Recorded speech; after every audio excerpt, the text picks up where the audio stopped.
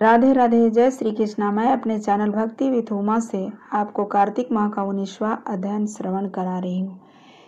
इस अध्याय में राजा पृथु कहते हैं कि हे नारद जी, कृपा करके आप भक्त वत्सल्य भगवान की पूजा का इतिहास सुनाइए। ऋषि बोले, एक पुरातन इतिहास कहता हूँ, सुनो। पहले चौल नामक एक चक्रवर्ती राजा कांतिपुर में निवास करता था। उन्हीं के नाम पर उनके अधीन रहने वाले सभी देश चौल नाम से विख्यात हुए।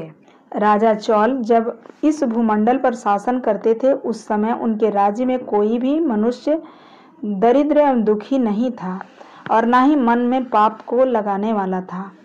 यह राजा के यज्ञ का प्रभाव था। एक समय की बात है कि राजा चौल ताम्रवणी नदी के किनारे अनंत शयन नामक जगह, जहाँ भगवान विष्णु ने योग निद्रा का वर्ण करके शयन किया था, वहां पर भगवान विष्णु के दिव्य विग्रह की राजा ने मणियों से, स्वर्ण फूलों से पूजा की। पूजा करके जो ही बैठे, उसी समय उनकी दृष्टि एक ब्राह्मण पर पड़ी जो उनके नगर का ही रहने वाला था। भगवान की विग्रह की ओर आ रहे थे। उनका नाम विष्णुदास था।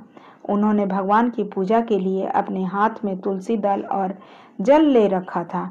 निकट आने पर ब्राह्मण ने विष्णु सूक्त का पाठ करते हुए देवादि भगवान को स्नान कराया तथा तुलसी के पत्तों से उनकी विधिवत पूजा की। राजा चौल ने जो रत्नों से भगवान की पूजा की थी, सब तुलसी पूजा से ढक गए।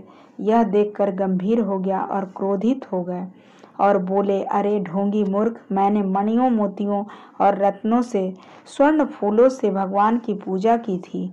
वो कितनी शोभा पा रही थी, तुमने तुलसी दल चढ़ाकर ढक दिया। बताओ, तुमने ऐसा क्यों किया?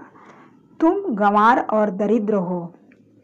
तुम भगवान विष्णु की भक्ति के एकदम नहीं जानते हो, क्योंकि तुमने मेरे द्वारा किए गए श्रृंगार को बिगाड़ दिया।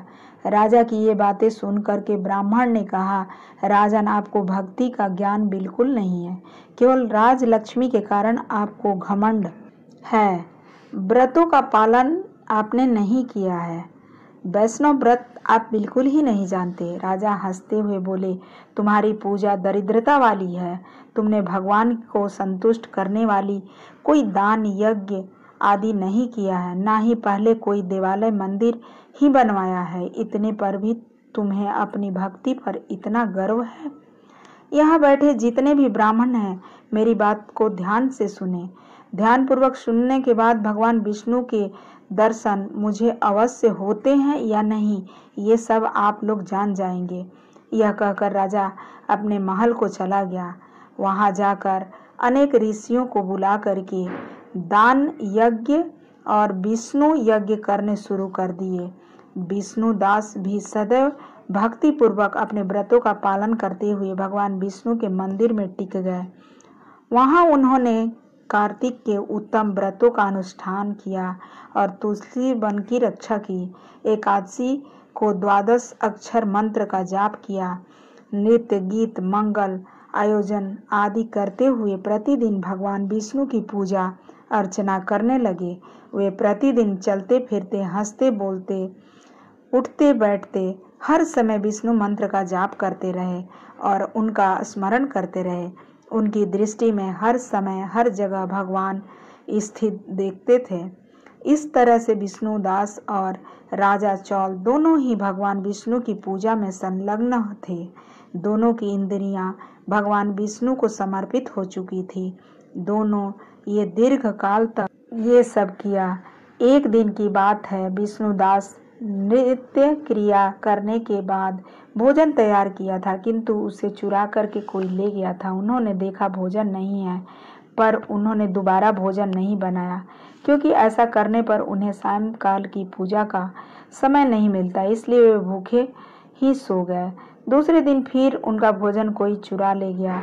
इस तरह की प्रक्रिया लगातार 7 दिनों तक चली। तब एक दिन वो सोचने लगे कि आज भोजन की रखवाली करूंगा।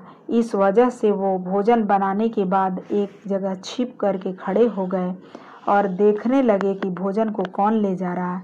तो एक चंडाल रसोई का भोजन लेते हुए दिखाई दिया।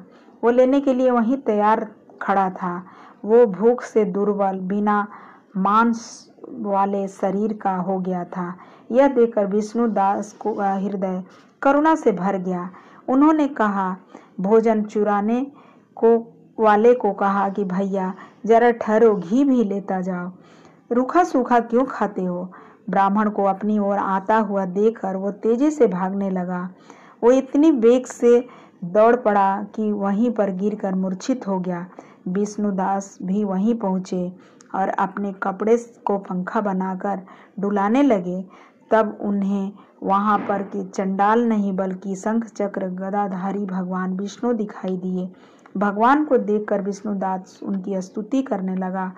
प्रणाम भी नहीं कर पाया था, तभी वहां पर इंद्र आदि देवता उपस्थित हो गए।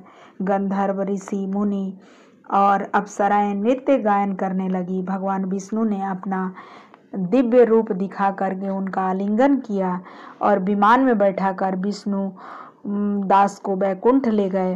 राजा चौल ब्राह्मण को बैकुंठ जाता देख करके अपने ब्राह्मणों और ऋषियों से कहा कि मैंने इतना यज्ञ, दान, आहुति दी, पर फिर भी मैं वो लोक नहीं पाया जो विष्णुदास ने अपनी भक्ति के द्वारा पाया। उसके बाद उन्होंने अपने भांजे को बुला करके उस राज्य का उत्तराधिकारी बना दिया। उसके बाद यज्ञ कुंड में कूद पड़ा। उसी समय भगवान विष्णु प्रकट होकर के उसे विमान में बैठाकर अपने बैकुंठ लोक को ले गए। नारद जी कहते हैं कि जो राजा थे उनका नाम सुशील हुआ और विष्णुदास पुण्यशील नाम से भगवान के पार्षद हुए। इन दोनों को अपने समान रूप देकर लक्ष्मीपति ने अपना द्वारपाल बना दिया। कार्तिक मास 19वां अध्याय समाप्त। ओम नमो भगवते वासुदेवाय।